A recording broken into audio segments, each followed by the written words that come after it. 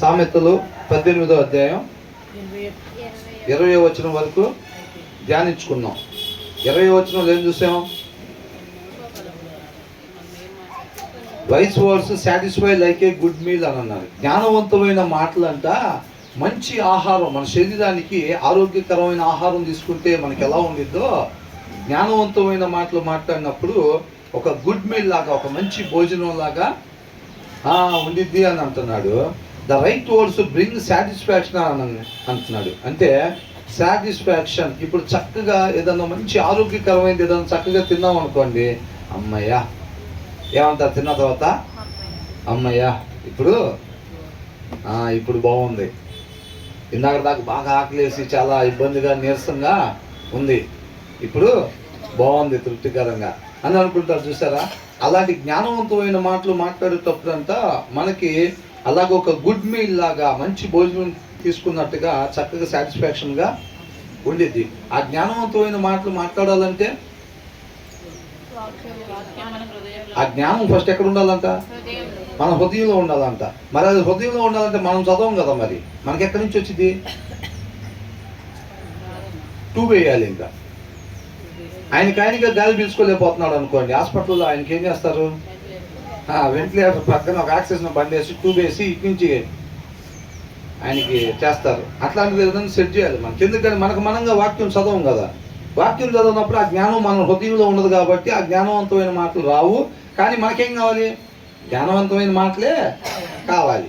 లోపల జ్ఞానాన్ని మాత్రం పెట్టుకోం. ఇలాంటి వాటికి సంబంధించిన హాస్పిటల్స్ రావాలి, వచ్చి ట్యూబులు వేస్తే అప్పుడు కానీ మన ఐసీయూ దగ్గరికి వెళ్ళి ట్యూబులు వేస్తే అప్పుడు. అంతేనా? నేను అంటున్నాను కాదండి. ఆ జ్ఞానం మన హృదయంలో లేకపోతే ఆ మాటలు మన నోట్లో నుంచి రావు, మనం ఎవరైనప్పటికీ కూడా. కాబట్టి ఆ జ్ఞానం ఫస్ట్ మన హృదయంలో ఉన్నట్టయితేనే ఆ జ్ఞానవంతమైన మాటలు మనం మాట్లాడతాం. నీతిమంతుడి నోట్లో నుంచి వచ్చే మాట అంట జీవపు ఓటు అంట. ఆయనకి జీవాన్ని తీసుకొచ్చిద్ది, అట్ ద సేమ్ టైం అవతల వాళ్ళకు కూడా జీవాన్ని తీసుకుని వచ్చిద్ది అనమాట. 21వ వచనం.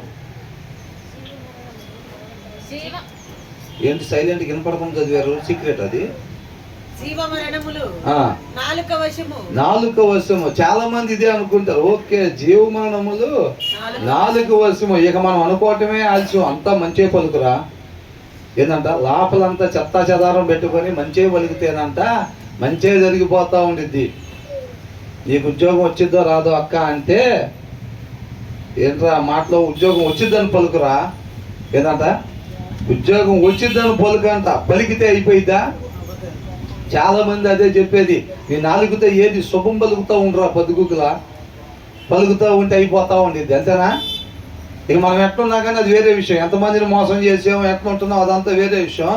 నోటితో మాత్రం మంచి పలుకుతూ ఉంటే అబ్బాయికి మేలు కలగాలి, అమ్మాయికి మేలు కలగాలి, మా ఆవిడికి మేలు కలగాలి, మా అమ్మకి మేలు కలగాలి, మా నాన్నకి మేలు కలగాలి, నాకు అంతకన్నా మేలు కలగాలి అని రోజు పొద్దునే లేకుండా ఒకసారి బలికితే ఇక రోజంతా మేలేగా. అదేనా నాలుగు వశం అంటే? కాబట్టి ఏదైనా సరే మంచి పలుకు. బయటకు వెళ్ళినప్పుడు మంచి పలుకు, అది పలుకు, ఇది పలుకు అని. మంచి పలకటం అంటే ఇక్కడ ఏంటంట? జీవ మరణములు అని అంటే ఆ తర్వాత ఏమనుంది?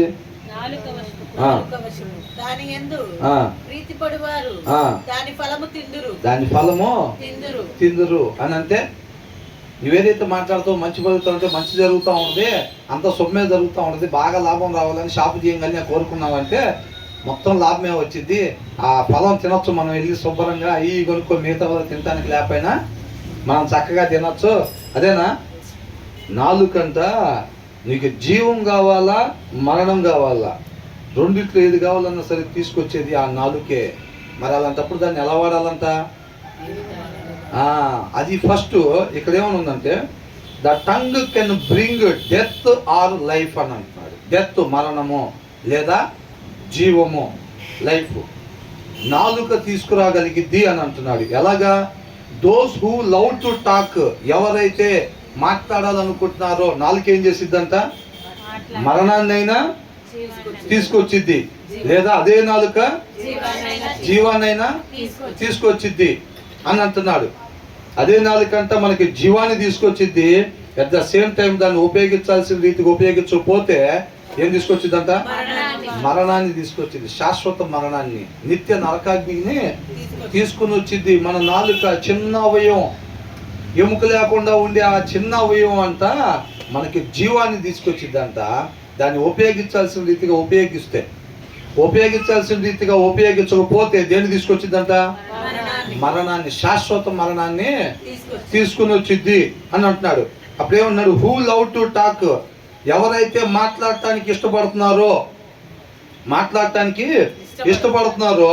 విల్ రీప్ ద కాన్సిక్వెన్సెస్ అని అంటున్నాడు. ఖచ్చితంగా దాని నుంచి వచ్చే పరిణామాలని నువ్వు అనుభవించాలి అని అంటున్నాడు. అర్థమవుతుందండి? ఊరికినే ఒక మాటే కదా, ఫట్ మన గాలిలోకి వదిలేస్తే అది ఊరికినే ఉండేది కాదు. నువ్వు ఆ వదిలిన మాటకి సంబంధించిన పరిణామాన్ని నేను ఖచ్చితంగా అనుభవించాల్సిందే అని అంటున్నాడు. అర్థమవుతుందండి? అది అంటున్నాడు. ఇప్పుడు అంటే ఆ నాలుక మనకి జీవాన్ని తీసుకురావాలని అంటే, ఆ నాలుక మన నోట్లో నుంచి మాట రావాలంటే అది మొదటగా ఎక్కడ ఉండాలంట? హృదయంలో ఉండాలంట. అర్థమవుతుందండి? నాలుక మాట్లాడేది ఏదైనా సరే మొదటిగా అది మన హృదయంలో ఉండాలి. ఇక్కడ వినాలండి. అది మన మొదటిగా ఎక్కడ ఉండాలి? అది ఏమేమి తీసుకొచ్చిద్దంట? నాలుక మరణాన్ని తెచ్చిద్ది, జీవాన్ని తెచ్చిద్ది. జీవం కావాలని ఎంతమంది అనుకుంటున్నారు? జీవం కావాలి అని అంటే నాలుక ఓన్లీ పోస్ట్ మ్యాన్ టైప్ అనమాట. తనకు తానుగా ఏది మాట్లాడలేదు. పోస్ట్ మ్యాన్ ఏంటి? ఇక్కడి నుంచి ఎవరన్నా లెటర్ వేస్తేనే అది ఆయన తీసుకుని అవతల ఇవ్వగలుగుతాడు తప్ప పోస్ట్ మ్యాన్ అంటాడు. పోస్ట్ మ్యాన్ ఏమి చెయ్యాడు. కొరియర్ వాళ్ళు కూడా యువతలో ఒకళ్ళు ఇస్తేనే అది తీసుకుని అవతల ఇస్తారు. నాలుక కేవలం అలాంటిది అనమాట. అర్థమవుతుందండి? నాలుక ఒక దగ్గర నుంచి తీసుకొచ్చి దాన్ని బయటికి మనకి ఇచ్చిద్ది అనమాట. దేన్ని? మరణాన్ని కానీ జీవాన్ని కానీ. అవునా? మనం ఎంతమంది అయితే జీవాన్ని కోరుకుంటున్నామో ఆ నాలుక జీవాన్ని తీసుకొచ్చేటట్టుగా మనం ఉపయోగించాలంటే ఆ నాలుక జీవాన్ని ఎక్కడి నుంచి తేవాలి? యేసయ్య ఏం చెప్పాడు? I am the way Judson, I am the way, the truth, నేనే మార్గం, సత్యము, ఏంటంట? మూడోది ఏంటంట? లైఫ్, జీవము. అర్థమవుతుందండి? నేనే మార్గము, సత్యము, జీవము. నాలుగు ఏమేమి తెచ్చిద్దంట? మరణము, జీవము, రెండింటిని తెచ్చిద్ది అనమాట. కాబట్టి మేము జీవం కావాలనుకుంటున్నామండి అని అంటే ఆ జీవం మొదటగా ఎక్కడ ఉండాలి? హృదయంలో ఉండాలి. అర్థమైందండి? మార్గము, సత్యము, జీవమై ఉన్న వాక్యం మొదటిగా మన హృదయంలో ఉంటే ఆ హృదయం లోపల నుంచి ఆ జీవాన్ని ఆ నాలుగు తీసుకొచ్చి మనకు అందించిద్ది అనమాట. అవునా? ఆ హృదయం లోపల మార్గము, సత్యము, జీవమై ఉన్న వాక్యం మన హృదయంలో లేదనుకోండి, నాలుగు లోపల చేపెట్టగానే ఏం దొరికింది? జీవం లేని ప్లేస్లో మరణం ఉండిద్ది. ఏముంటుంది? మరణం ఉండిద్ది. మార్గము, సత్యము, జీవమై ఉన్న దేవుని వాక్యము మన హృదయంలో లేకపోయినట్లయితే గనక అక్కడ ఏముంటుంది? మరణం ఉండిద్ది అక్కడ. అవునా? కాబట్టి నాలుక లోపల మన హృదయం దగ్గర చేపెట్టినప్పుడు ఏం దొరికింది దానికి? మన వాక్యం ధ్యానించట్లేదు అనుకోండి, వాక్యం చదవట్లేదు. వాక్యం చదవకపోతే మన హృదయంలో ఏముండదు? వాక్యం ఉండదు.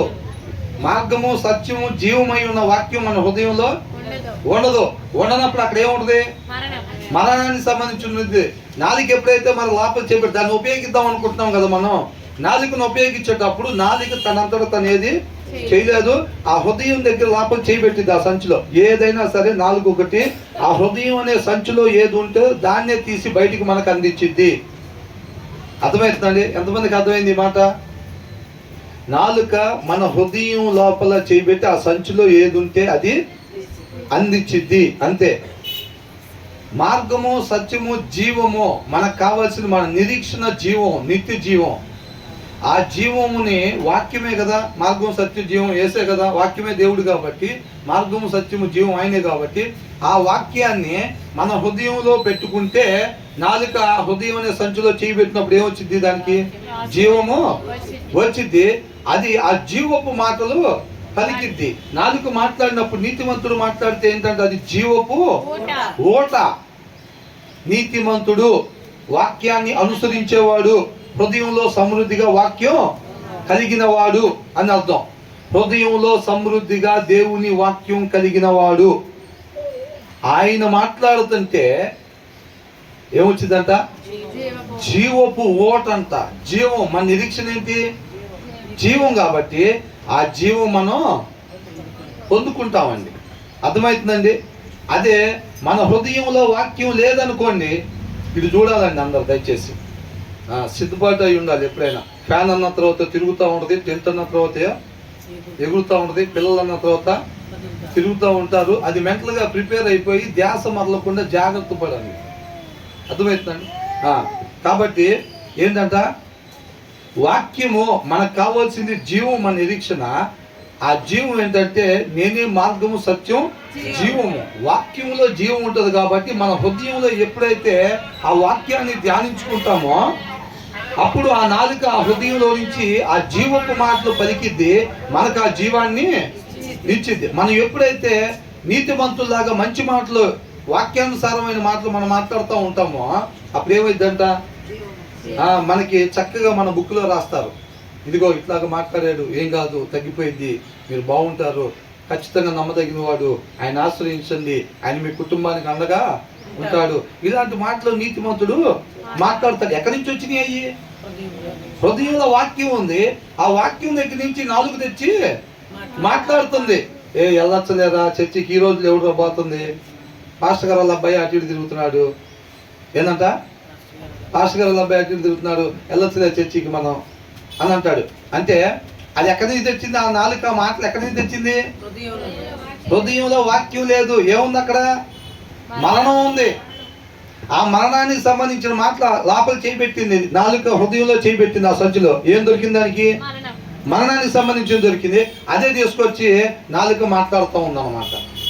వెళ్ళొచ్చలేరా, చదవచ్చులేరా బైబుల్, ఆ ప్రార్థన చేసుకోవచ్చులేరా, ఇవాళ ఏమైనా చచ్చిపోతున్నాం ఏంటి మనం, చాలా టైం ఉంది కదా, చదవచ్చులే. ఈ మాటలన్నీ ఎక్కడి నుంచి వస్తున్నాయి? వాక్యం లేని హృదయంలో నాలుక లోపల ఏది ఉందో దాన్ని తీసుకొచ్చి మాట్లాడిస్తుంది.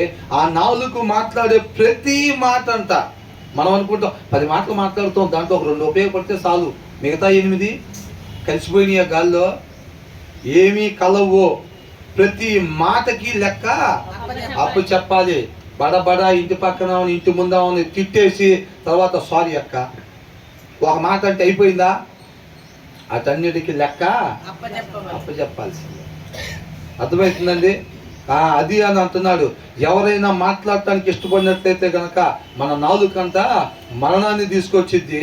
ఏం తెచ్చిద్దంట? జీవాన్ని తెచ్చిద్ది.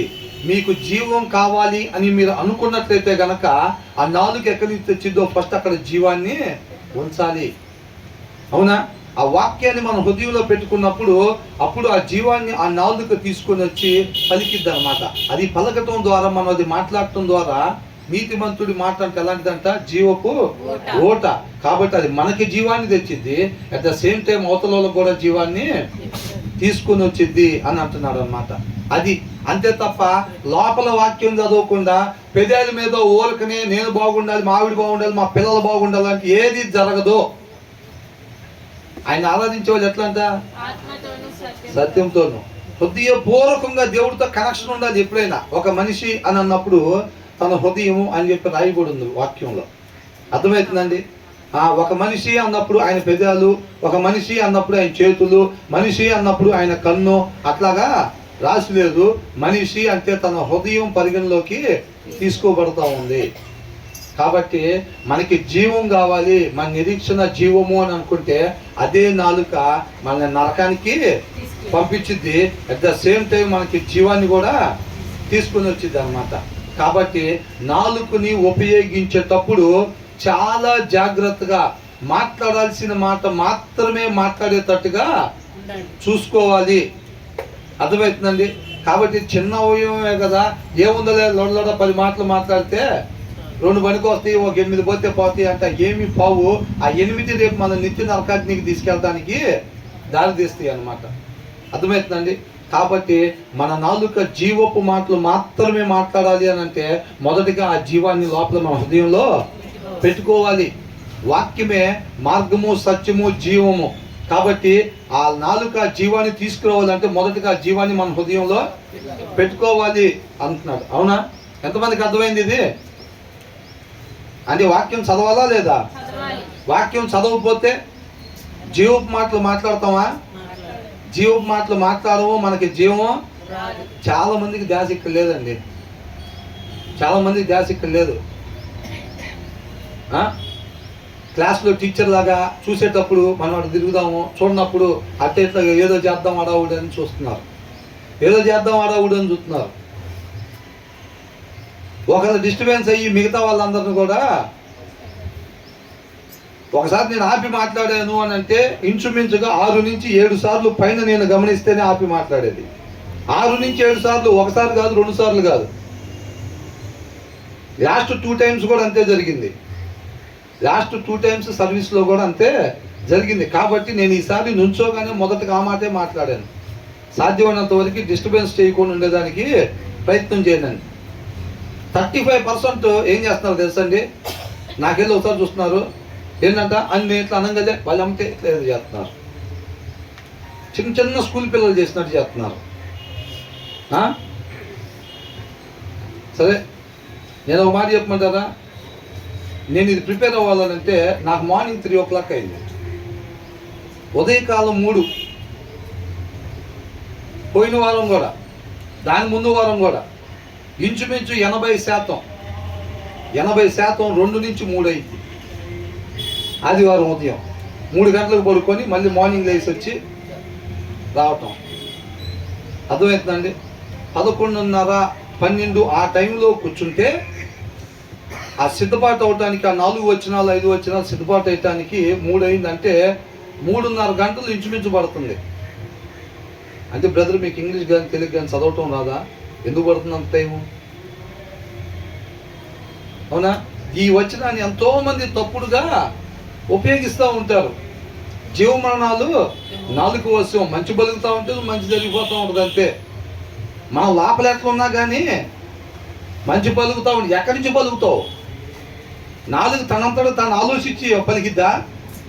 నాలుక తనంతటికి తను ఆలోచించి ఏమి పలకదు.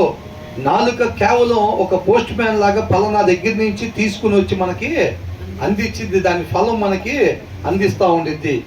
కాబట్టి అది ఎక్కడి నుంచి తెచ్చిద్దో చూసుకొని ఆ ప్లేస్లో మన నిరీక్షణ జీవం కావాలి అని మనం కోరుకుంటున్నప్పుడు ఆ ప్లేస్లో జీవం ఉండేటట్టుగా చూసుకోవాల్సిన బాధ్యత మనది. నాలుగు ఎక్కడి నుంచి తెచ్చి మనకు అందించిద్దో ఆ ప్లేస్లో జీవం ఉండేటట్టుగా చూసుకోవాలి. అప్పుడు ఏమైందనంటే ఆ నాలుక జీవాన్ని తీసుకుని వచ్చి మనకి అందిస్తూ ఉండిద్ది అన్నమాట. అర్థమవుతుందండి? అది లేదనుకోండి, అక్కడ వాక్యం లేకపోతే, జీవం లేదనుకోండి, ఏమైంది? ఆ నాలుక యాజ్ ఇట్ ఈస్గా సంచిలో చేయిపెట్టింది. హృదయం అనే సంచిలో చేయిపెట్టగానే అక్కడ ఏముంటుంది? మరణం ఉంటుంది. ఆటోమేటిక్గా దానికి సంబంధించిన మాటలు మాట్లాడిద్ది. మనం మాట్లాడకూడని మాట మాట్లాడినప్పుడు ఆ మాట మనం ఎక్కడికి తీసుకెళ్ళిద్ది? నిత్య నరకాగ్నికి తీసుకుని వెళ్ళిద్ది. కాబట్టి మనం ఖచ్చితంగా మాట్లాడేటప్పుడు చాలా జాగ్రత్తగా వివేకము కలిగి మాట్లాడాల్సిన మాట మాత్రమే మనం మాట్లాడే వారంగా ఉండాలి అని అంటాడు. ఖచ్చితంగా దాని పరిణామాలు మనం అనుభవించాల్సిందే మాట్లాడినప్పుడు. ఆ తర్వాత ఏమంటున్నాడు? అబ్బా, ఈ వచనం చూసారా? ఏం దొరికిద్దంట? భార్య ఎలా ఉన్నా కానీయా? ఏమన్నా ఉంది ఇక్కడ? మేము ఒప్పుకోండి, మీరేమి యాడ్ చేయొద్దు, దానికి ముందు వెనకాల ఏమి యాడ్ చేయబాకండి, ఉన్నది ఉన్నట్టుగా లిటరల్గా మీరు చెప్పండి. దాని మీనింగ్ మీరు లిటరల్గా చెప్పండి. ఎందుకంటే ఇది మాకు చాలా పిస్టేతో కూడుకున్న విషయం. మాకు చాలా మంది ఉన్నాం ఇక్కడ లేడీస్, అది దృష్టిలో పెట్టుకోండి. భార్య దొరికిన వాళ్ళకి మే దొరికినట్టు అంతే, మీరు దానికి ఏమి యాడ్ చేయబాకండి. అంతేనా? ఇక్కడ ఏమని ఉందంటే భార్య దొరికిన వాళ్ళకి మేలు అని అంటే he who finds a good wife అని ఉంది. గుడ్ వైఫ్ ఏందంట? హూ ఫైండ్ ఏ వైఫ్ కాదు, who find a good wife. సద్గుణం కలిగిన భార్య దొరికితే మేలు దొరికినట్టు అని చెప్పి రాస్తుంది అనమాట. అంతే తప్ప భార్య దొరికితే మేలు దొరికినట్టు కాదు. నువ్వు వాక్యంలో చూసుకో ఒకసారి. ఎట్టబడితే అట్ట ఉంటా భార్య, వాక్యంలో చేసుకో. నేను ఉంటమే నీకు మేలు. అసలు ఏనంట, నేను ఉంటమే. ఏం వాక్యం చదవకపోయినా, ప్రార్థన చేయకపోయినా, వాక్యానుసారంగా ఉండకపోయినా, నేను ఉండటమే నీకు మేలు. లిటరల్గా అక్షరాన్ని అట్లాగే మనం తీసుకోకూడదు. ఎప్పుడు కూడా వాక్య సారాంశాన్ని మనం తీసుకోవాలి. కాబట్టి ఇక్కడ ఏమంటున్నాడు, who finds a good wife finds a good thing. మేలుని పొందుకున్నట్టుగా, మంచి భార్యని, సద్గుణం కలిగిన భార్యను పొందుకుంటే మేలు పొందుకున్నట్టుగా. ఎందుకని అంటే, and obtains favour from the Lord. తెలుగులో ఏమన్నా అక్కడ, అట్టివాడు యెహోవా వలన అనుగ్రహం పొందినవాడు.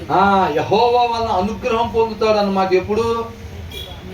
సద్గుణవంతురాలు దొరికితే భార్యగా. అర్థమవుతుందండి? దానికి ఆపోజిట్ సద్గుణం, మంచి గుణం కలిగిన భార్య దొరికితే యెహోవా నుంచి అనుగ్రహాన్ని పొందుకుంటాము. మంచి గుణం లేకపోతే భార్యతో పోరంట, గయ్యాలతో పోరు. ఏందంట, ఎడదగని రెడీ అయి ఉంటారు పంచలో కూర్చొని.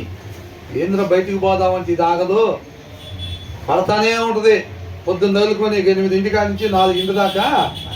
నేనేం చెప్పట్లేదండి, దాంట్లో రాస్తుంది, క్లియర్గా రాస్తున్నదే నేను చెప్తున్నా. మరి ఆమె ఎవరు? ప్రతి భార్య మేలే అయితే ఆమె ఎవరు?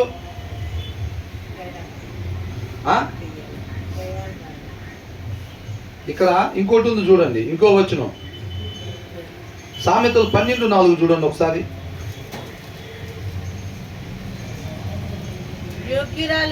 యోగ్యురాలు తన పెనిమిటికి కిరీటము. యోగ్యురాలు అంట తన పెనిమిటికి కిరీటము వంటిది. సిగ్గు తెచ్చినది అదే భార్య. ఏం చేసిద్ది అంట? సిగ్గు తెచ్చినది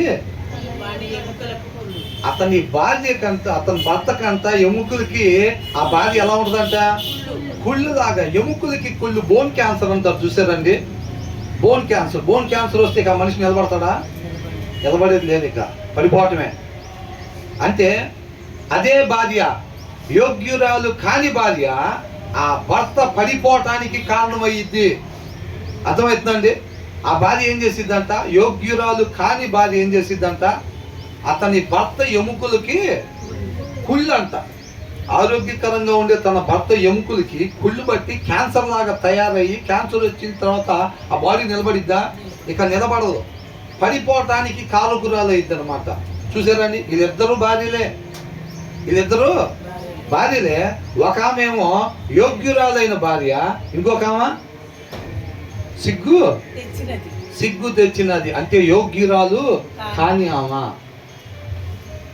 సద్గుణం లేని ఆమె, మంచి గుణం లేని ఆమె. కాబట్టి భార్య దొరికితే మేలు దొరికినట్టు కాదండి, యోగ్యురాలైన భార్య దొరికితే మేలు దొరికినట్టుగా దేవుడి నుంచి అనుగ్రహం పొందుకుంటారు అని అంటున్నాడు. అర్థమవుతుందండి? కాబట్టి భర్తకు మేలుకరంగా ఉండాలంటే భార్యకు ఉండాల్సిన లక్షణం ఏంటంట? యోగ్యురాలుగా ఉండాలన్నమాట. సద్గుణం కలిగి ఉండాలి, వివేకం కలిగి ఉండాలి. అలాగ ఉన్నట్లయితేనే తన భర్తకి ఒక కిరీటం లాగా ఉండిద్ది. అంతే తప్ప ప్రతి భార్య అలాగా ఉండేది కాదు. ప్రతి భార్య మేలు కాదండి నేను చెప్పేది. అట్ ద సేమ్ టైం ఒకటి, ఇక్కడ నా కుమారుడు దొంగతనం చేయొద్దనంటే ఓకే, ఓన్లీ మొగలకు చెప్పారులే అండి, మనకు కాదని. ఆడవాళ్ళు దొంగతనం చేయొచ్చా? అట్లా ఏం ఉండదు.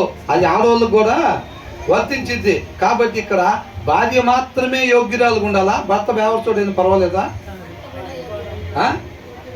భార్య విషయంలో భర్త యోగ్యురాలుగా ఉండాలన్నమాట. అవునా? ఇద్దరు కూడా యోగ్యులుగా ఉండాలి, సద్గుణం కలిగి ఉండాలన్నమాట. ఇక్కడ అదే అంటున్నాడు. ఏమంటున్నాడు ఇక్కడ? Who finds a good wife find a good thing and obtain favour from the Lord and he who puts out a good wife. యోగ్యురాలైన భార్యని కానీ ఇంట్లో నుంచి బయటికి పంపించేటట్టయితే కనుక తను ఒక మనిషిని పంపించట్లేదండి, puts out good from his house అని అంటున్నాడు. ఆ మేలుని ఇంట్లో నుంచి బయటికి పంపించేస్తున్నట్టు అని అంటున్నాడు. యోగ్యురాలైన భార్య ఉంటేనంట అతనికి ఏం దొరికినట్టు? మేలు దొరికినట్టు అంట. అవునా? ఆ యోగ్యురాలైన భార్యను ఒకవేళ ఇంట్లో నుంచి మనం పంపించేసేటట్టయితే ఆ భర్త ఏం చేస్తున్నాడు? ఇంట్లో నుంచి దేన్ని పంపించేస్తున్నాడు? ఆ మేలుని బయటికి పంపించేస్తున్నాడు అన్నమాట.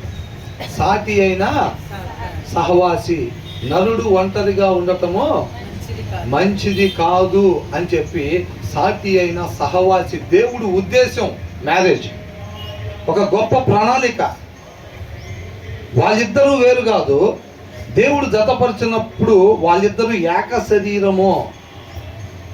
శరీరంగా దేవుడి దృష్టిలో ఉంటారు అని అంటున్నాడు. అర్థమవుతుందండి? కాబట్టి ఒకటి, భర్తకి కిరీటముగా ఉండాలి అని అంటే భార్య ఖచ్చితంగా యోగ్యురాలుగా ఉండాలి, సద్గుణం కలిగి ఉండాలి అని అంటున్నాడు అనమాట. మరి ఇప్పుడు ఒకవేళ భార్య సద్గుణరాలుగా లేదనుకోండి, ఏంటి పరిస్థితి? ఇక మనకు లేనట్టేనా? లేకపోతే వదిలేసి వేరే వాళ్ళని చేసుకోవాలా? ఏమండి అప్పుడు తెలియదండి, అసలు నేనే రక్షణ పొందుకోలేదు. అప్పుడు నీకేదో వివాహం జరిగింది, మాకు వివాహం జరిగింది, ఆమెకి రక్షణ లేదు, మాకు రక్షణ లేదు, తర్వాత నేను సత్యం తెలుసుకున్నాను, మరి భార్య చూస్తే నేను ఇంకా అట్లాగే ఉంది కదా, మరి ఇక నా పరిస్థితి ఏంటి? తన ప్రవర్తన ద్వారా మార్చుకోవాలి. అవునా కదా? ఉందా లేదా? ఒక విశ్వాసం ద్వారా, ఒకవేళ ఆమె అవిశ్వాసులైన భార్య ఉంటే గనక విశ్వాసుడైన భర్త ఏం చేయొచ్చంట? విశ్వాసం ద్వారా, తన ప్రవర్తన ద్వారా తన భార్యని సంపాదించుకోవచ్చు. అట్ ద సేమ్ టైమ్ భర్త ఒకవేళ అవిశ్వాసం అనుకోండి, భార్య ఏం చేయాలి? భార్య ప్రవర్తన ద్వారా, మంచి ప్రవర్తన ద్వారా రాబట్టుకోవచ్చు, సంపాదించుకోవచ్చు. ఎక్కడి నుంచి రాబట్టుకోవచ్చు? ఎవరు ఇవ్వాలి? ఎవరు ఇవ్వాలండి? 19వ వచనం ఒకసారి చూడండి. సామెతల్లో 19వ అధ్యాయం 14వ వచనం. గృహమును విత్తమును పితరులు ఇచ్చిన స్వాస్థ్యం ఏంటంట? ఇల్లు, ఈ సంపద, ఇవి ఉన్నాయి చూసారా? ఇల్లు, సంపద, ఇవన్నీ కూడా పితరులు ఆస్తిగా ఇస్తారు. అవునా కదా? ఆస్తి వచ్చింది. తర్వాత ఇక్కడ అండర్లైన్ చేసుకోవాలనేది ఏంటంట? సుబుద్ధి కలిగిన భార్య యెహోవా యొక్క దానము. అది ఎక్కడి నుంచి వచ్చిందంట? సుబుద్ధి, మంచి బుద్ధి కలిగిన భార్య రావాలి అని అంటే అది డిమార్ట్లోనో లేకపోతే ఇంకొక దగ్గర లేకపోతే 30 లక్షలు ఇచ్చి తెచ్చుకున్నానండి. ఎంతంట? పైసలతో వచ్చేది కాదు, దుకాణంలో దొరికేది కాదు. ఎవరు? సుబుద్ధి కలిగిన భార్య. భార్య కాదండి, భార్య దొరికిద్ది. 30 లక్షలు పెడితే సుబుద్ధి లేని భార్యలు దొరుకుతారు. 30 లక్షలు పెడితే ఆ డబ్బులు కాల్సి వచ్చాం. ఇప్పుడు భర్తలు కూడా అట్ ద సేమ్ టైం ఒకటి భార్యలు కాదండి, నేను ఫస్ట్లోనే చెప్పా, ఇద్దరు ఉండాలి, యోగ్యురాలుగా ఇద్దరు ఉండాలి. యోగ్యులుగా ఆయన ఉండాలి, యోగ్యురాలుగా ఏమా ఉండాలి. సుబుద్ధి కలిగి ఆయన ఉండాలి, సుబుద్ధి కలిగి ఏమో కూడా ఉండాలి. అప్పుడే వాళ్ళిద్దరు కలిసి దేవుడి నామాన్ని మహింపరచగలుగుతారు అనమాట. కాబట్టి సుబుద్ధి కలిగిన భార్య అంటే ఎక్కడి నుంచి వచ్చిందంట?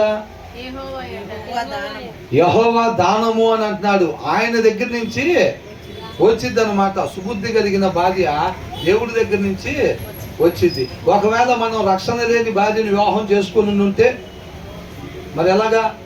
ఇందాక అనుకున్నట్టుగా మన ప్రవర్తన ద్వారా మనం చక్కగా వాక్యంలో అంటుకట్టబడి ఉంటా, దేవునితో బలమైన సహవాసం కలిగి ప్రార్థన చేసుకుంటా, మన ప్రవర్తన ద్వారా ఆ భర్త ఏ రీతిగా అయితే దేవుని యందు భయభక్తులు కలిగి జీవిస్తూ ఉంటాడో దాన్ని బట్టి ఆ భార్యని రాబట్టుకోవచ్చు. యోగ్యురాలు కాకపోయినా సరే యోగ్యురాలుగా దేవుడు చేస్తాడు. యోగ్యుడు కాకపోయినా సరే ఆ భర్తని యోగ్యుడిగా దేవుడు చేస్తాడు. కాబట్టి కొంతమంది చెప్తూ ఉంటారు, పెద్ద పెద్ద పాస్టర్ గారు చెప్తుంటే నేను విన్నా. అర్థమవుతుందండి? నువ్వు సెలెక్ట్ చేసుకునేటప్పుడే భార్యను నువ్వు జాగ్రత్తగా సెలెక్ట్ చేసుకోవాలి. ఇన్ కేస్ నువ్వు కానీ రక్షణ లేనావును నువ్వు వివాహం చేసుకున్నట్లయితే నీ కర్మ నిన్ను ఎవడిక బాగు చేసేవాడు లేడు, నీ జీవితం అయిపోయింది అంతే అని చెప్తారు. నీ జీవితం అయిపోయింది అంతే. ఎలా చేసుకుంటావు నువ్వు అసలు వాళ్ళని వివాహం అని అంటారు. అర్థమవుతుందండి? అంటే ఖచ్చితంగా వివాహం అయ్యేసరికి ఇద్దరు ఇక ఖచ్చితంగా అట్లా ఉండాల్సిందేనా అట్లా అని చెప్పి చూడకుండా ఏమి చేసుకోకూడదండి, చూడకుండా చేసుకోకూడదు. అర్థమవుతుందండి? ప్రార్థన చేసుకుని సాటి అయిన సహవాసి ఆమె ద్వారా ఏమొచ్చిందంట? మంచి భార్య పొందుకుంటే మేలు పొందుకున్నట్టుగా. తర్వాత ఏమనుంది అక్కడ? ఆమె దేవుడి నుంచి అనుగ్రహాన్ని తీసుకొచ్చిద్దంట. ఆమె మంచి భార్య దేవుడి నుంచి అనుగ్రహాన్ని తీసుకొని వచ్చిద్ది అని అంటున్నాడు. అర్థమవుతుందండి? దేవుడి నుంచి అలాగ అనుగ్రహం తీసుకొచ్చే భార్యని సెలెక్ట్ చేసుకునేటప్పుడు ఎలా సెలెక్ట్ చేసుకోవాలి? ఎలా సెలెక్ట్ చేసుకోవాలి? డబ్బులను బట్టేనా? హోదాలను బట్టా? అలా కాదండి. అవునా? దేవుడి చిత్తాన్ని నెరవేర్చుకోవటానికి వారిద్దరు కూడా, ఇరువురు కూడా వారిని ఉపేక్షించుకొని దేవుడి చిత్తాన్ని నెరవేర్చేవారుగా, దేవుడి ఉద్దేశాన్ని నెరవేర్చేవారుగా ఉండాలన్నమాట. కుటుంబం పట్ల దేవుడికి ఒక గొప్ప ప్రణాళిక ఉన్నది. లేకపోతే ఆదాం తయారు చేసి ఇవ్వడు కదా. ఇచ్చాడు అని అంటే కుటుంబం పట్ల దేవుడికి ఒక ప్రత్యేకమైన ఉద్దేశం ఉంది. కాబట్టి మనం ఖచ్చితంగా సెలక్షన్లో తీసుకోవాల్సిన జాగ్రత్త తీసుకోవాలి. వాళ్ళ విశ్వాసులా కాదా జాగ్రత్తగా చూసుకొని చేసుకోవాలి. ఒకవేళ తర్వాత ఒకవేళ చెప్పుడు మాటలను బట్టో లేక వాక్యం చదవకపోవటం వల్ల బట్టో ఆత్మీయంగా బలహీనంగా అయిపోయి లోకంలో కలిసిపోయింది అనుకోండి, మళ్ళీ ఏమాత్రం కూడా మనం నిరాశపడకుండా ఖచ్చితంగా మనం దేవుడి యందు భయభక్తులు కలిగి ఉన్నట్లయితే కనుక దేవుడి దగ్గర నుంచి మరలా ఆమెనే సద్గుణం కలిగిన దానిగా మార్చుకోవచ్చు. మరలా ఆ భర్తని సద్గుణం కలిగిన భర్తగా మార్చుకోవచ్చు. కాబట్టి ఇక లేదనుకుంటే ఇంక అవకాశం అని ఎవరు కూడా నిరాశపడాల్సిన అవసరం లేదు. ఆ రెండో వాళ్ళు ఎవరైతే దేవుళ్ళు అంటుకట్టబడి ఉన్నారో వాళ్ళు బలంగా దేవుడితో సహవాసం కలిగి ఉండటం వల్ల ఆ భార్యను కానీ ఆ భర్తను కానీ రాబట్టుకోవచ్చు అన్నమాట. అర్థమవుతుందండి? కాబట్టి అది ఇక్కడ ఏమనుంది తెలుగులో, భార్య దొరికిన వాళ్ళకి మేలు దొరికినాడు. భార్య దొరికిన వాళ్ళందరికీ మేలు దొరికినట్టుగా కాదు. ఏళ్ళు దొరకాలంట? సుబుద్ధి కలిగిన భార్య దొరికితే గుడ్ వైఫ్ అని ఇచ్చాడు. ఇక్కడ తెలుగులో ఇవ్వలేదులే కానీ ఇక్కడ good wife. Who finds a good wife find a good thing and obtains favour from the Lord. అప్పుడు దేవుడి నుంచి అనుగ్రహము వచ్చింది అనమాట. ఒకవేళ మంచి భార్యను కానీ యోగ్యురాలైన భార్యను కానీ మన ఇంట్లో నుంచి బయటకు పంపించినట్టయితే కనుక దేన్ని పంపించినట్టంట? మేలును, మన ఇంట్లో ఉండే మేలును మనం బయటికి పంపించేసినట్టు అని అంటున్నాడు. అర్థమైందండి? ఇందాకేం చూసాం? ఇందాక వచ్చిన ఏం చూసామండి? జీవ మరణములు నాలుక వశము అని అంటున్నాడు అన్నమాట. కాబట్టి మనం ఆ నాలుకను ఉపయోగించేటప్పుడు చాలా జాగ్రత్తగా హృదయంలో వాక్యము పెట్టుకొని, ఆ జీవం కలిగిన వాక్యాన్ని పెట్టుకొని మనం నాలుకను ఉపయోగిస్తే అది ఆ హృదయంలో నుంచి దాన్ని తీసుకొచ్చి ఆ జీవాన్ని మనకు అందించింది, ఆ ఫలాన్ని. అవునా? హృదయంలో వాక్యం లేకుండా నాలుకను ఉపయోగించినట్టయితే కనుక ఆ హృదయంలో మరణాన్ని తీసుకొచ్చి మనకి అప్పగించింది. దీంట్లో ఏం చూసాం? 22 ఏం చూసాం? యోగ్యురాలైన భార్య దొరికితేనంట మేలు దొరికినట్టంట. ఆమె దేవుడి నుంచి అనుగ్రహాన్ని తీసుకుని వచ్చింది ఆ కుటుంబంలోనికి అని అంటున్నాడు. అవునా? యోగ్యురాలిగా ఉండాలి ప్రతి భార్య కూడా, ప్రతి భర్త కూడా మంచి బుద్ధి కలిగి ఉండాలి అని అంటున్నాడు. ఆ తర్వాత 23 ఏమనుంది? దరిద్రుడు బతిమాలి మనవి చేసుకొనును, ధనవంతుడు దురుసుగా ప్రత్యుత్తరం ఇచ్చును. ఏంటంట? దరిద్రుడు ఎట్లా ఉంటాడంట? దరిద్రుడు అని అంటే ఓల్డ్ టెస్టిమెంట్ లో దరిద్రుడు అంటే ఎవరు? పేదవాడు. అవునా? దరిద్రుడా, నువ్వు ఏడకపోయినా దరిద్రమేరా నీకు కలిసి రాదురా, నీకు కలిసి రాపోటాలు కలిసి రాటాలు అవి కాదు దరిద్రులు అంటే. అసలు విశ్వాసకి కలిసి రాటాలు ఉంటాయా? కలిసి రాటాలు ఉండవు. మంచి రోజు కాదు, విధియా తదియా అదియా ఇవన్నీ ఉంటాయి కదా, అవన్నీ మనకేమి ఉండవు.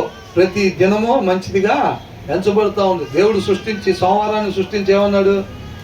మంచిదే అన్నాడు. మంగళవారాన్ని మంచిదే అన్నాడు. బుధవారాన్ని మంచిదే అన్నాడు. శనివారం దాకా మంచిదే అని అన్నాడు. ఆదివారం దగ్గర నుంచి శనివారం దాకా దేన్ని సృష్టించిన ఏమన్నాడు? మంచిది. ఆయన మంచిది కాదంటే ఆయన కన్నా జ్ఞానవంతుల్లాగా ఈ మంగళవారం మంచిది కాదురా, మనం చేయకూడదురా పని, ఆ టైంలో చేయకూడదురా, ఈ టైంలో చేయొచ్చురా. అవునా కదా? ఆయన ఒక దినాన్ని సృష్టించి కలుగు చేసి ఇది మంచిది అన్నాడు. ఆ దినంలో 24 గంటలు ఉన్నాయా లేదా? ఉన్నాయా లేదా? 2 గంటలకు దాకా మంచిది లేదురా, 2 గంటల తర్వాత అన్ని మంచిదే టైం. దేవుడు సృష్టించి అది మంచిది అని చెప్పిన దాంట్లో ఆ 2 గంటల లోపల సమయం లేదా? ఉందా లేదా? మరి ఉన్నప్పుడు 2 గంటల తర్వాత మంచి టైం అండి, అప్పుడు ఏదైనా చేయొచ్చు. ఆయన కన్నా గొప్పోళ్ళు, ఆయన కన్నా జ్ఞానవంతులు. అవునా? ఆయన 1 గంట కానించి మళ్ళీ 12 అయినాక 24 గంటలు మొత్తం మంచిదే అని ఆయన చెబుతుంటే వీళ్ళు ఏమంటారు, ఆ 3 గంటల లోపు చేయకూడదండి, 3 గంటల తర్వాత చేయొచ్చు, మంచిదండి, కలిసి వచ్చింది. ఇవాళ మంచిది కాదండి, ఎల్లుండి కడదాం డబ్బులు, కట్టండి ఎల్లుండి. మీరు ఎప్పుడైతే క్యాలెండర్లో చూసారో అప్పుడే మటాష్ అయిపోయినట్టే. అర్థమవుతుందండి? మంచిదా కాదా చూసామంటే అప్పుడే మటాష్ మనం ఇంకా. అవునా కదా? మంచే చెయ్యాలి, మేలు మాత్రమే చేసే దేవుడు. అవునా? మనం కూడా ఎలా ఉండాలి? ఆయన్ని పోలి జీవించాలంటే మేలు మాత్రమే చేసే వాళ్ళంగా ఉండాలి. మేలు చేసేటప్పుడు మంచి ఏంటి, చెడేంటి ఇంకా. అవునా? కాబట్టి ఎప్పుడు కూడా మంచిగా. కాబట్టి ఇక్కడ ఏంటంట, పేదవాడు ఎలా మాట్లాడతాడంట,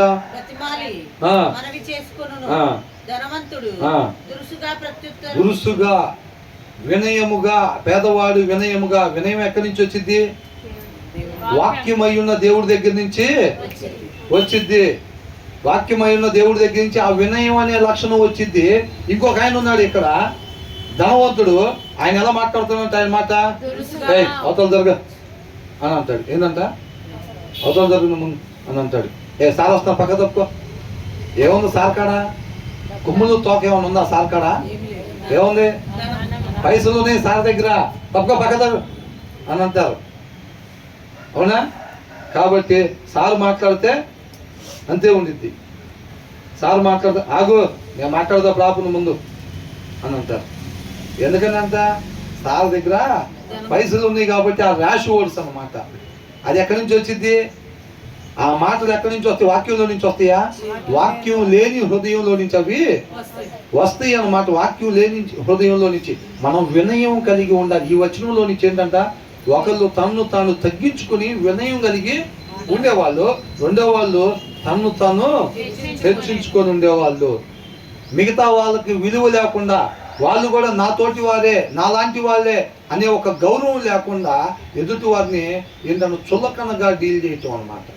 తోటి వారితో వ్యవహరించేటప్పుడు ఎలా ఉంటుందంట, నా దగ్గర ఇది ఉంది, నీ దగ్గర లేదు, మాది 3 స్టేర్లు, నీది సింగిల్ స్టేరు, మాది పెద్ద కారు, నీది చిన్న కారు, మా అబ్బాయి ఎక్కడ చదువుతున్నాడు, మీ అబ్బాయి మరి ఏంది తేడా అర్థం అవట్లేదా? నువ్వు వేరు, నేను వేరు, వేరేనా? ఏమి కాదు. ఒక వ్యక్తితో మనం వ్యవహరించేటప్పుడు ఇద్దరు కూడా నీకన్నా నీ పొరుగువాడు ఎలాంట యోగ్యులుగా ఎంచుకోవాలంట. అర్థమవుతుందండి? యోగ్యులుగా ఎంచుకొని నడుచుకోవాలి. కాబట్టి మనం ఆ వినయం కలిగి ఉండాలి తప్ప మనం ఏమాత్రం కూడా మనం గర్వాన్ని చూపించే వారంగా ఉండకూడదు. గర్వం కలిగి మనం ఎప్పుడు కూడా ఉండకూడదు అన్నమాట. అర్థమవుతుందండి? వినయం, మనల్ని మనం తగ్గించుకొని ఉండాలి అని అంటున్నాడు. ఆ తర్వాత ఏమనుంది? బహుమంది చెలికాడు కలవాడు నష్టపడును, సహోదరుని కంటే ఎక్కువగా ఆత్మీయుడు స్నేహితుడు కలడు. ఇక్కడ ఏంటంట,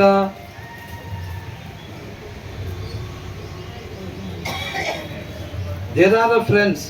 చాలా మంది స్నేహితులు ఉంటారులే కానీ హూ ఆర్ మెరీలీ ఫ్రెండ్స్, కేవలం వాళ్ళు మామూలు స్నేహితులు, లోక సంబంధమైన స్నేహితులుగా మాత్రమే వాళ్ళు ఉంటారు. లోక సంబంధమైన స్నేహితులుగా మాత్రమే ఉంటారు. And there is a friend. అలాగే ఇంకొక అతను స్నేహితుడు ఉన్నాడు. ఆయన ఎలా ఉంటాడంటే who sticks closer than a brother అనంట. తన సొంత అన్న తమ్ముడి కన్నా కానీ ఎక్కువగా ఉంటాడు స్నేహితుడు అన్న. స్నేహితుడి గురించి మనం ఒక దగ్గర చదువుకున్నాం, గుర్తుందా? స్నేహితుడు ఎలా ఉంటాడంట? ఎలా ఉంటాడంట? ఆపత్కాలాల్లో కూడా సహోదరుడిగా 17:17లో చూసాం. సామెతలు 17:17లో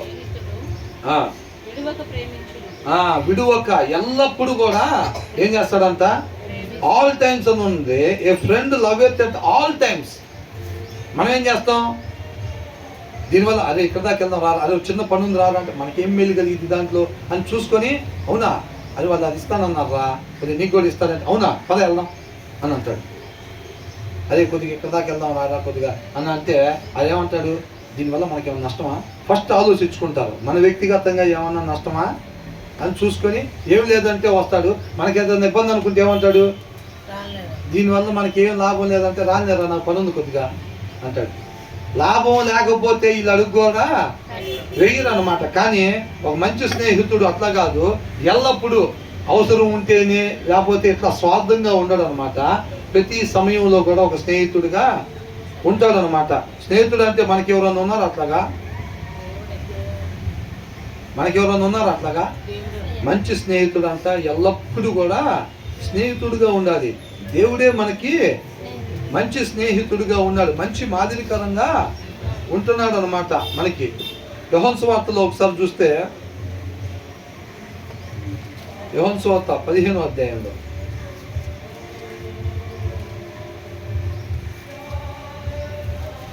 13వ వచనం ఒకసారి చూడండి. తన స్నేహితుల కొరకు ప్రాణము పెట్టువాని కంటే ఆ ఎక్కువైన ప్రేమ గలవాడు ఎవడునూ లేడు. 12వ వచనం నుంచి చదవండి ఒకసారి. ఈ మాట అండర్లైన్ చేసుకోవాలండి బైబిల్లో. నేను మిమ్మల్ని ప్రేమించిన ప్రకారము, ఎలాగంట? నేను మిమ్ముని ప్రేమించిన ప్రకారము మీరు ఒకరినొకడు ప్రేమింపవలెననుటయే నా ఆజ్ఞ.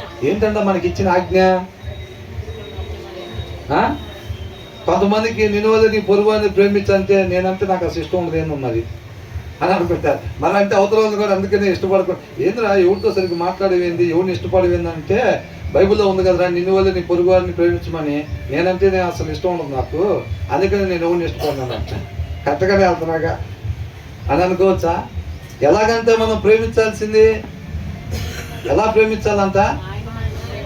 ఆయన మనల్ని ప్రేమించినట్టుగా. ఆయన మనల్ని ఎలా ప్రేమించాడు?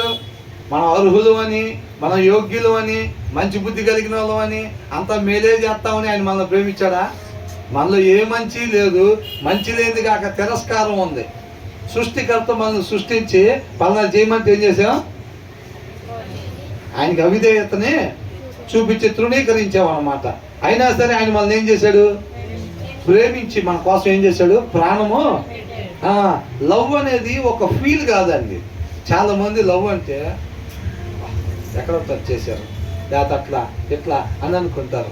ప్రేమ అనేది ఒక ఫీల్ కాదు, అది ప్రేమ అనేది ఒక క్రియ. ఏంటంట? ప్రేమ అనేది క్రియ అన్నమాట. అది love is not a feeling, love is a work.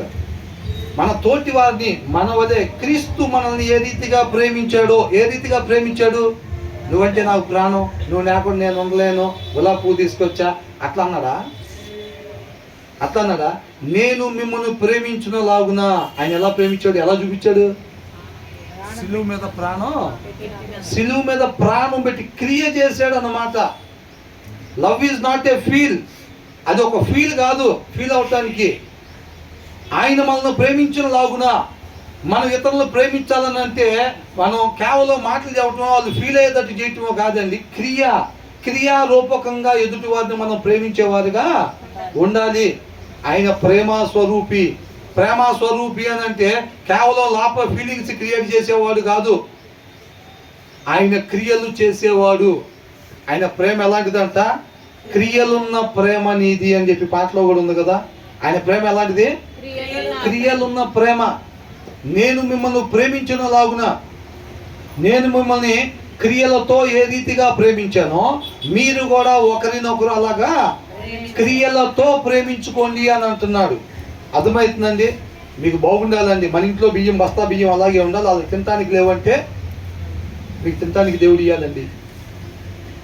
ఏంటంట? తినటానికి ఫీల్ కలిగీయటం కాదు, మంచోళ్ళలాగా మనం ఫీల్ కలిగీయటం కాదు. పనిలే మంచి కోరుకున్నాడు మన గురించి అని ఆ ఫీల్ కలిగీయటం కాదు. క్రియ ఉండాలి. డబ్బాతో బియ్యం తీసుకొని వెళ్ళి దట్ ఈజ్ లవ్ అంటున్నాడు. అది ప్రేమ అంటున్నాడు. అది దేవుడి ప్రేమ అంటున్నాడు. ఆయన ప్రేమ స్వరూపి కాబట్టి ఆయన మనల్ని ప్రేమించిన రీతిగా మనం కూడా ఇతరులను ప్రేమించాలి. ఆయన మనల్ని ఎలా ప్రేమించాడు? క్రియలతో ప్రేమించాడు కాబట్టి మనం కూడా ఇతరులను ఎలా ప్రేమించాలి? క్రియలతో. జోబులో నుంచి పైసలు తీసి ఇచ్చి ప్రేమించాలి. మన శక్తిని వాళ్ళు ఇక్కడ దాకా వెళ్దాం, రాదా పలానాలు బాగోలేదంట హాస్పిటల్ కంటే పదా వెళ్దామని చెప్పి వెళ్ళాలి. మన శరీరాన్ని ఉపయోగించాలి, దానికి క్రియ చూపించాలి, క్రియలతో ప్రేమించాలి. అర్థమవుతుందండి? యేసయ్య మనకి మాదిరికరం. యేసయ్య ఎలాగున్నాడు? ఊటికినే స్టేజీ మీద ఉంచుకొని మీటింగ్లు చెబుతూ ఉన్నాడా? ఎక్కడ పడితే అక్కడ క్రియలు, ప్రతిదీ కూడా క్రియలతో ఆయన ప్రేమించేవాడిగా ఉన్నాడు. కాబట్టి నేను మిమ్మల్ని ప్రేమించిన ప్రకారము ఆ మాట అండర్లైన్ చేసుకోవాలని ప్రతిదీ. ఎలా క్షమిస్తాను బ్రదర్ ఆమె? అసలు ఆయన ఎలా క్షమిస్తావు బ్రదర్? ఆయన ఏం చేశాడు అనుకుంటున్నారు? ఎలా క్షమిస్తావు అంటే నీకు ఇక్కడ రాశారుగా. ఆయన మనల్ని ఎలా ప్రేమించాడో, ఆయన మనల్ని ఎలా క్షమించాడో నువ్వు కూడా అలాగే క్షమించు. అవునా? ప్రాణం తీశారు ఆయన్ని, ఆయన ఏం చేశాడు? క్షమించాడు. చిన్న తప్ప పెద్ద తప్ప అసలు చేసింది చిన్నదా ఇంకేమన్నా? ఎంత ఎంత ఇబ్బంది పెట్టారు అనుకున్నారు బ్రదర్? ఎంత ఇబ్బంది పెట్టారు? ప్రాణం పోయే అంత. అవునా? మరి ఆయన మనల్ని ఎలాగా క్షమించాడంట? నువ్వు కూడా అలా క్షమించాను అంటున్నాడు. అర్థమవుతుందండి? కాబట్టి ఆయన మనల్ని ఎలా ప్రేమించాడు, ఎంత మంచి ఉందని ప్రేమించాడు. మనం ఒకరితో మాట్లాడాలంటే వాళ్ళు ఎలిజిబిలిటీ చూస్తాం, అర్హత చూస్తాం, కులం చూస్తాం. అవునా? మనం సహాయం చేయాలంటే వాళ్ళు తిరిగి మళ్ళీ మనకు సహాయం చేస్తారో లేదో చెక్ చేస్తాం. అన్నీ కూడా చూస్తాం, ఎలిజిబిలిటీని చూసుకుంటూ ఉంటాం. మనం మాట్లాడచ్చా లేదా, అది ఇంటికి వెళ్ళొచ్చా లేదా, మన స్థాయి వల్ల కాదా. అవునా కదా? ఇవన్నీ చూస్తాం. ఆయన అవన్నీ చూస్తే అసలు మనం ప్రేమించడానికి అర్హులమైన మనం? అర్హతే లేదు మనకి. కాబట్టి నేను మిమ్మల్ని ప్రేమించిన లాగున మీలో ఏ మంచి లేకపోయినా సరే నేను మిమ్మల్ని ఎలాగైతే ప్రేమిస్తున్నానో మీరు కూడా ఇతరుల్లో మంచి చూడకుండా, వాళ్ళు మీ మేలు కోరుకుంటారా లేదా, మీ బాగు మీకు చేశారా లేదా, సహాయం చేశారా లేదా, అవన్నీ ఏమీ చూడబాకండి. మీరు నన్ను గుండెల మీద దంతే నేను మిమ్మల్ని క్షమించా, మిమ్మల్ని ప్రేమించా, మీకోసం నా ప్రాణం పెట్టా. మీ ఇంటి పక్కన వాళ్ళు, ఇంటి అంకాల వాళ్ళు కావచ్చు, మీ ఆఫీస్ వాళ్ళు కావచ్చు, ఎవరైనా సరే మీ మంచి కోరుకోకపోయినా మీకు నష్టాన్ని చేసినా సరే మీరు కూడా వారిని క్రియలతో మంచిగా ప్రేమించండి అని అంటున్నాడు. తర్వాత ఏమంటున్నాడు? నేను మిమ్మల్ని ప్రేమించిన ప్రకారము మీరు ఒకరినొకరు ప్రేమింపవలెనుటయే నా ఆజ్ఞ. తన స్నేహితుల కొరకు తన ప్రాణము పెట్టువాని కంటే ఎక్కువైన ప్రేమ గలవాడు ఎవడునూ లేడు. అంటే తన స్నేహితుల కొరకు అంటే ప్రాణం పెట్టగలిగిన వాడి కంటే అని అంటున్నాడు. అంటే ప్రాణం పెట్టడం అంటే ఏంటి?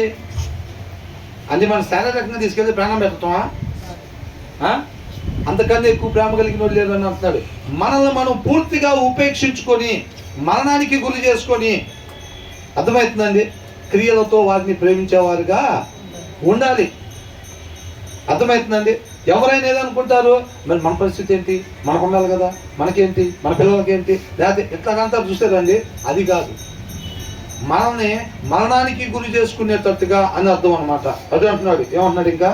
తన స్నేహితుల కొరకు తన ప్రాణము పెట్టువాని కంటే మనల్ని మనం పూర్తిగా ఉపేక్షించుకున్నప్పుడే మనం ఏదైనా వాక్యాన్ని అనుసరించేవారుగా ఉంటాం. ఎక్కువైన ప్రేమ కలిగిన వాడు ఎవరు లేడు. నేను మీకు ఆజ్ఞాపించు వాటిని చేసిన యెడల మీరు నా స్నేహితులై ఉందురు. అర్థమైందండి? మంచి స్నేహితులు ఎవరంతా? ఇందాక వచ్చిన వాళ్ళు మనం ఏం చూసాం? స్నేహితుడి గురించేగా చూసింది.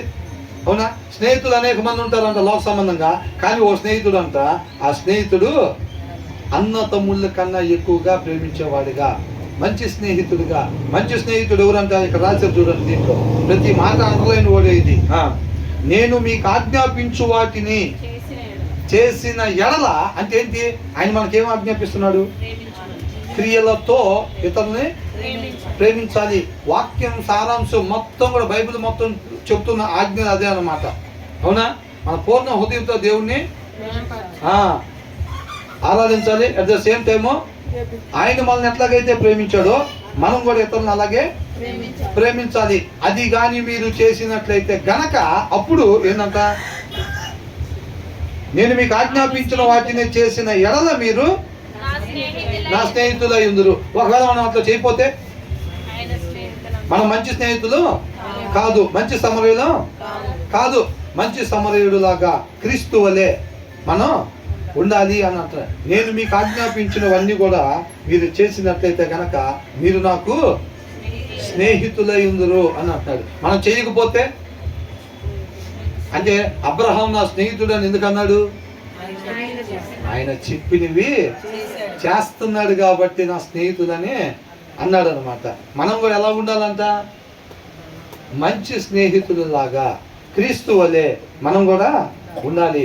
ఎదుటి వారిలో మంచి చూసి కాదండి, వారిలో ఏ మంచి లేకపోయినా సరే క్రీస్తు మనల్ని ఏ రీతిగా ప్రేమించాడో మనం కూడా ఇతరులను అలాగే క్రియలు కలిగిన ప్రేమ కలిగి ఉండాలి. ఉట్టిగానే మైకులు తీసుకొని సౌండ్ బాక్స్ తీసుకొని వీధి సువార్తలు చెప్పుకుంటా తిరగటం కాదండి. సమయం వచ్చినప్పుడు అవసరతల్లో ఉన్న వాళ్ళందరికీ మనం క్రియారూపకంగా ప్రేమను చూపించేవారిగా ఉండాలి. క్రీస్తు వలె అన్నమాట. వరదలు వచ్చి మొత్తం కొట్టుకుపోతుంటే బస్తాలు బస్తాలు దాన్ని వేరే చోట షిఫ్టింగ్ చేస్తాం తప్ప వాళ్ళకి మాత్రం ఇల్లు మునిగిపోతున్నాయి కదా. ఇల్లు మునిగిపోయే వాళ్ళు మరి వాళ్ళ పరిస్థితి ఏంటి? వాళ్ళకి వస్త్రాలు లేవు, తడిసిపోయినాయి మొత్తం. దాంట్లో మనకి మాత్రం జాగ్రత్తగా బస్తాలు బస్తాలు బట్టలు తీసుకెళ్ళి దాచిపెట్టుకుంటాం జాగ్రత్తగా. వాళ్ళ పరిస్థితి రే వాడు ఎక్కడున్నాడు, చిన్నోడు ఎక్కడున్నాడు, పెద్దోడు ఎక్కడున్నాడు, మొత్తం ఒకటి వరదలు వచ్చినాయి అంట. మిగతా వాళ్ళు ఎట్టపోయినా అదే వాళ్ళు ఎట్టున్నారా, ఆ డౌన్లో ఇల్లు కట్టుకున్నారు కదా, వాళ్ళ పరిస్థితి ఎలా ఉందో పదండి చూసొద్దాం అని వెళ్తామా? వరదలు వచ్చినాయి అంటే ఎక్కడ దాకా గట్టి దాకా వచ్చినాయి అంటే చిన్నోడు ఎక్కడున్నాడు, పెద్దోడు ఎక్కడున్నాడు, అది పోవద్దని చెప్పు అని అంటాంలే. కానీ గట్టి వెనకాల చాలా ఇల్లు ఉన్నాయి, వాళ్ళ పరిస్థితి ఏంటన్న ఆలోచన వస్తుందా? రాకపోతే ఎక్కడో ఉన్నట్టు, ఇంకా మనం ఎక్కడో ఉన్నట్టు, క్రీస్తుకి ఎక్కడో దూరంగా ఉన్నాం ఇంకా మనం. అర్థమవుతుందండి? ఇక్కడికి వచ్చి పాటలు పాడి ప్రార్థన చేసేస్తే క్రీస్తు పక్కనే ఉన్నాం, నేను క్రీస్తు కలిసే ఉన్నాం అనేది కాదు. నీకు వరదలు వచ్చి నీ గట్టు దాకా వచ్చిందంటే చిన్నోడు పెద్దోడు గుర్తొచ్చినట్టుగా గట్టు అవతలో ఉన్న ఇల్లు గుర్తొచ్చారా? అది మనం చెక్ చేసుకోవాలి. అవునా? ఆ తర్వాత ఏమంటున్నాడు ఇక్కడ ఇంకా, నేను మీకు ఆజ్ఞాపించిన వాటిని చేసినడలా మీరు నా స్నేహితులై ఉందురు.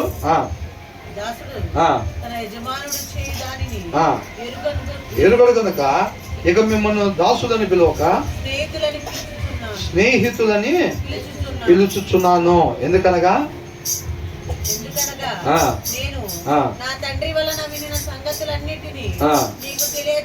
తెలియజేసి ఆయన వలె మనం ఉండాలని చెప్పి కోరుకుంటూ ఉన్నాడు. 10వ వచనం చూస్తే, నేను నా తండ్రి ఆజ్ఞలో గైకొని ఆయన ప్రేమయందు నిలిచి ఉన్న ప్రకారము మీరును నా ఆజ్ఞలు గైకొనిన. ఏంటంట? యేసయ్య ఎలాగున్నాడంట?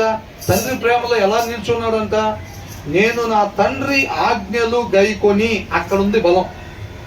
తండ్రి ఆజ్ఞలు గైకొని ఆయన ప్రేమయందు నిలుచున్న ప్రకారము. యేసయ్య తండ్రి ప్రేమలో ఎలా నిల్చున్నాడంట? ఆయన ఆజ్ఞలు గైకొనటం వలన తండ్రి ప్రేమలో నిల్చున్నాడంట. అవునా? యేసయ్య సామాన్య మనిషిలాగానే కదా జన్మించాడు. మరి తండ్రి ప్రేమలో ఎలా నిల్చున్నాడు? ఆయన ఆజ్ఞలు గైకొనటం వలన, ఆయన ఏదైతే చెప్తున్నాడో దాని ప్రకారంగా జీవించటం వలన తండ్రి ప్రేమ యందు నిల్చున్నాడు. ఆ ప్రకారము మీరును మీరు కూడా నాలాగా, తండ్రి మాటే కదా వాక్యం, క్రియలు కలిగిన ప్రేమ ఎదుటి వారి పట్ల కనపరచాలి.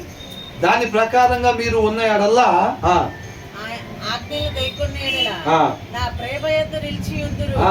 ఆయన తండ్రి ప్రేమ యందు ఏ రీతిగా తండ్రి మాట ప్రకారంగా జీవించి ఆ ప్రేమ యందు నిల్చున్నాడో మనం కూడా ఆయన ప్రేమ యందు నిల్చుండాలంటే ఏం చేయాలంట? ఆయన ఆజ్ఞల ప్రకారంగా మనం కూడా ఉండాలి అని అంటున్నాడు.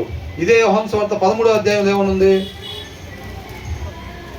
13వ అధ్యాయం 34వ వచనం. మీరు ఒకరినొకరు ప్రేమించవలెనని మీకు క్రొత్త ఆజ్ఞ ఇచ్చుచున్నాను. నేను మిమ్మల్ని ప్రేమించినట్టే. ఎట్లా అంట? అది అండర్లైన్ చేయాలి మళ్ళీ. ఏందంట? నేను మిమ్మల్ని ప్రేమించినట్టే. ₹1 వస్తే ఓ బిస్కెట్ ప్యాకెట్ కూడా పక్కన వాళ్ళకి ఇచ్చి, వాక్యంలో ఉంది కదా ప్రేమ చూపించమని, చూపించాం. మనకట్టు నిత్య జీవం కూడా కన్ఫామ్. ఈ లోకంలో బంగాళాలు కూడా కన్ఫామ్. సౌలు తెలివితే అట్లా ఎవరి దగ్గర ₹1 వస్తేనంటే బిస్కెట్ ప్యాకెట్ కొని పక్కన వాళ్ళు చూపించి అటు వాక్యాన్ని అనుసరించే వీటి బంగాళాలు కూడా కట్టుకున్నాం. అంతే కట్టాడా దేవుడు కూడా? కాబట్టి అన్నాడు, నేను మిమ్మల్ని ప్రేమించినట్టే ప్రేమింపవలెను. కంపల్సరీగా మనం అట్లాగే ప్రేమించాలి. ఆ తర్వాత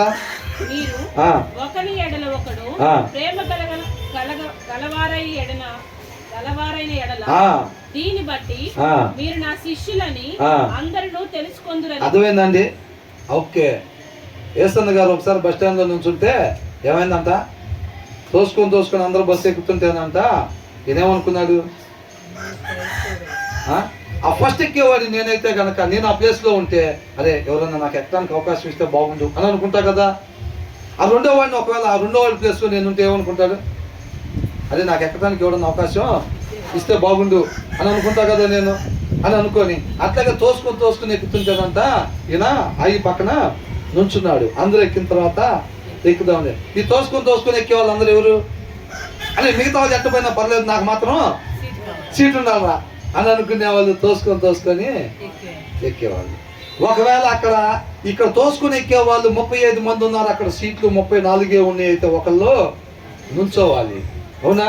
అవసరమైతే నుంచున్నవాడిని నేను అవుతా అని అన్నాడు. అది తోసుకోకుండా అక్కడ నుంచునే వాళ్ళ ఉద్దేశం అది.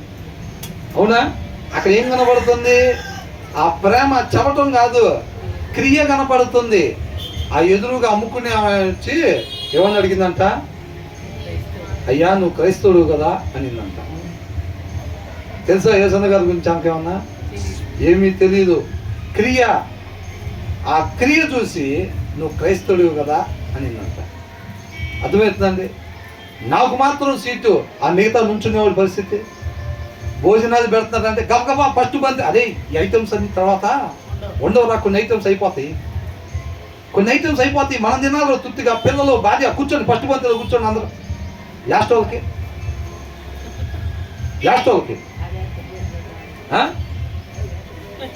అది ఎట్టపోయినా పర్వాలేదు, ముందు మనకు మాత్రం అన్ని ఐటమ్స్. అద్దిను ఇద్దిను రా, అరే అబ్బాయి, పెద్ద అబ్బాయి, చిన్న అబ్బాయి, అద్దిన్లో ఇద్దిను రా అంటారు. ఇదిగో ఈ వచనం చూడండి, 35వ వచనం ఏమనుంది? మీరు ఒకని ఎడల ఒకడు ప్రేమ గలవారైన ఎడల దీనిని బట్టి మీరు నా శిష్యులని అందరూ తెలుసుకొందురు. సొసైటీలో మనం ఆయన జనాంగం అని ఎలా తెలియపరచాలంట? మీరు ఒకరి ఎడల ఒకరు క్రియలు కలిగిన ప్రేమ. నేను పైన వచనంలో ఏముంది 34లో? నేను మిమ్మల్ని ప్రేమించినట్టే మీరును క్రియలు కలిగిన ప్రేమ అయింది. కాబట్టి మనం కూడా క్రియలతో ఇతరులను ప్రేమించే వారిగా, అప్పుడు దాకా బ్రహ్మాండంగా పాటలు జరుగుతాయి, ప్రార్థన, ఆరాధన, వాక్యం జరిగిద్ది. భోజనాలు అనగానే చేతులు మడతాయండ్రా, ప్యాంటు మడతాయండ్రా, ఫస్ట్ బంతులో దూకండ్రా. ఎటుపోయింది ఇందా చెప్పిన వాక్యం అంతా? తెగిపోయిన గాలిపటం ఎటుపోయింది దేవుడికి? ఆ వర్షం చేరుకొని ఉంటుందా దేవుడికి? ఇంపైన సువాసన లాగుండాలి అది మళ్ళీ మనం పాడిన పాట. ధ్యాస అంతా పట్టుబంతిలోనే కూర్చోవాలని ప్రార్థనకు వచ్చినప్పుడు కానించే ఉంటుంది. ఒక్క ఐటమ్ కూడా మిస్ కాకూడదని. అవునా? అది లోపల పెట్టుకొని జాగ్రత్తగా హృదయం నిండుగా దాన్నే పెట్టుకొని పాటలు పాడుతూ ఉంటాం, ఆరాధన జరుగుతూ ఉంటుంది, వాక్యం కూడా అంటూ ఉంటుంది. అవునా కదా? ఆ వాక్యం ఏమైంది? హృదయం మొత్తం అదే ఉంటుంది. కాబట్టి భోజనాల గురించే ఆ వాక్యం ఆ హృదయంలో జరబడతా ఉండొచ్చి ప్లేస్ లేక పక్కన పడిపోతూ ఉంటుంది. అవునా కదా? మొత్తం అదే ఉంటుంది హృదయంలో. ఇక బయటకు పోయి సార్ ఏం చెప్తాడు? క్రియలు కలిగిన ప్రేమ అదేనా? అలా కాదంట. స్పష్టంగా రాసి ఆ సారాంశాన్ని మిస్ కాకూడదండి మనం. అర్థమవుతుందండి? మనం బయటకు పోయి కనపరచాల్సిన విధానం ఏంటంటే ఫీలింగ్స్, మొఖాలు జారబెట్టి చెవులు తీసేసి, మేమైతే ఏమి విలువైన ఏమి ఉంగరాలు పెట్టుకోకుండా మేము అట్ట పోయి జనాల్లో ఫీల్ కలిగించడం కాదు. Love is not a feeling, love is a work అని అంటారు. Love is work. ప్రేమ అనేది క్రియ. ఆయన మన క్రియలతో నేను మీకోసం నా ప్రాణం పెడతానని చెప్పి ఆపద రంగానే పారిపోయాడా? ప్రాణం పెట్టి క్రియ చేసి చూపించాడు. నేను మిమ్మల్ని ప్రేమించి నట్టే మీరు కూడా ఇతరులను ప్రేమించండి అని చెప్పి చెప్తున్నాడు. క్రియ కనపడాలి. విశ్వాసులు బయట తిరుగుతుంటే క్రియలు కనపడాలి. ఆ క్రియలు చూసి జనం ఏమంటారంట? అదే ముందు వచ్చాడు, టిఫిన్ చేయలేదు, మొత్తం చేయలేదు, బండి కాడకు రాగానే ఆకలేసి బండి దగ్గరికి వెళ్తాం. బండి దగ్గరికి రాగానే ఎంతమందిలో అడుక్కుని ఉండేవాడు, నేను కనపడుతున్నాను ఆయనకి షైనింగ్ స్టార్ లాగా. ముందు ఆయన కడుపు నిండా 2 ప్లేట్లు తిని పోతా కాదు నన్ను పలకరించింది. ఎప్పుడు పలకరించాడంట? ఆకలితో బండి దగ్గరికి వచ్చినా సరే ముందు నన్ను చూశాడు. అవునా? నన్ను చూశాడు. ఎవరు టిఫిన్ పెట్టిపోవటం చూశాడు. ఆకలి వేస్తున్నాను ఆయన అడగటం చూశాడు. ముందు పోయి ఆయన అడిగాడు. అవునా కదా? ఏం తింటావు అని అడిగాడు.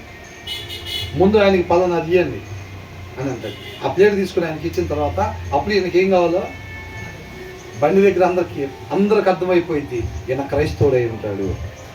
అర్థమవుతుందండి? క్రైస్తవుడై ఉంటాడు.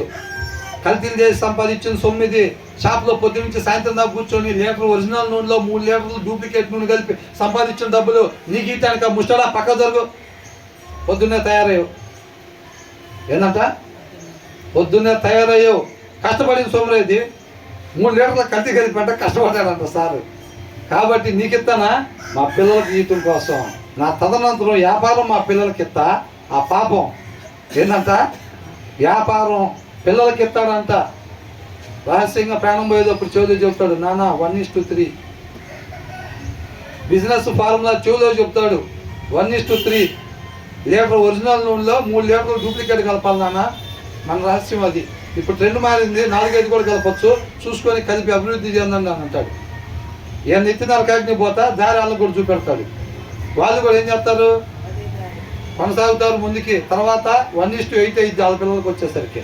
అంతేనా కాదా? అది కాదు. మనం ఏంటంటే క్రియలు 100 మందిలో ఉన్నా సరే ఈ లోకంలో ఎలా ఉండాలంట, మనం ఈ లోకానికి వెలుగుగా ఉప్పుగా మనం ఉండాలి. క్రియలు కలిగిన ప్రేమ మనం చూపించే వారంగా ఉండాలన్నమాట. ఆ తర్వాత ఏమంటున్నాడు,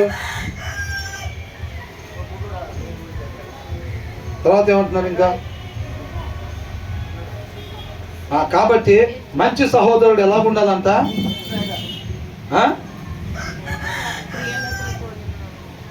యేసు క్రీస్తు వలె ఉండాలి. ఇప్పుడు దాకా అదే కదా చదివింది. యోహాను సువార్తలో మొత్తం ఏం చదివాం, నేనున్న లాగున తండ్రి ఆజ్ఞలు నేను గైకొని ఆయన ప్రేమలో నిల్చున్న లాగున మీరు కూడా నా ఆజ్ఞలు గైకొని ఆ ప్రేమలో నిలిచి ఉండండి. క్రియలు కలిగిన ప్రేమ ఎవరైతే చూపిస్తారో వాళ్ళు మంచి స్నేహితులుగా ఉంటారు అని అంటున్నాడు. ఇక్కడ అదే చెప్తుంది సామెతలు 18వ అధ్యాయంలో 24 వచనంలో ఏంటంట, there are friends who are merely friends and there is a friend who sticks closer than a brother అని అంటున్నాడు. మంచి సమరయుల్లాగా ఒక క్రీస్తు వలె మనం మంచి స్నేహితుడిగా మనం ఉండాలి అని అంటున్నాడు. 21లో ఏం చూస్తే మనం చెప్పండి,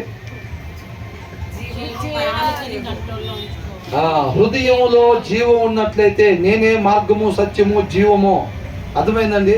హృదయంలో ఆ జీవాన్ని పెట్టుకుంటే నాలుక జస్ట్ పోస్ట్ మ్యాన్ లాగా హృదయం అనే సంచిలో చేయబెట్టి అక్కడ జీవం ఉంటే దాన్ని తీసుకొచ్చి ఆ మాటలు పలికి ఆ జీవాన్ని మనకి ఇస్తాడు. ఒకవేళ అక్కడ జీవం అనే వాక్యం లేదనుకోండి, ఏముంటుంది, మరణం ఉంటుంది.